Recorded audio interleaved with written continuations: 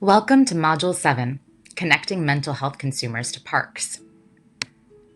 After completing this lesson, you'll be able to identify 3 different types of mental health service settings, identify 2 to 3 strategies to connect consumers to parks, and describe the unique role of peer support specialists.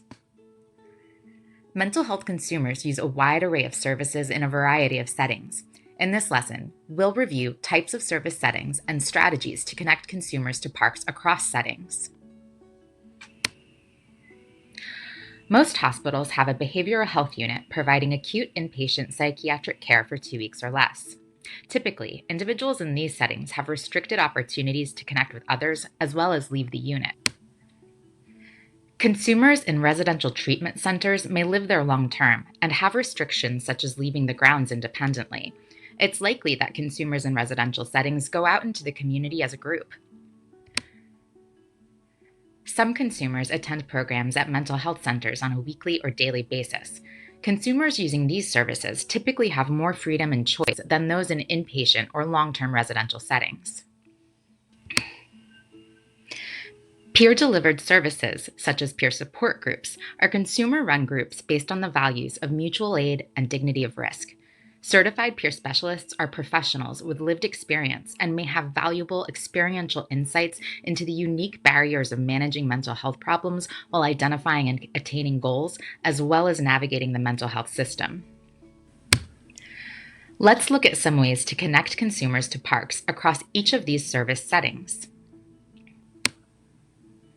Strategy 1. Establish a relationship. Contact administrators in each setting about leading an information session on the benefits of parks for people with serious mental illnesses.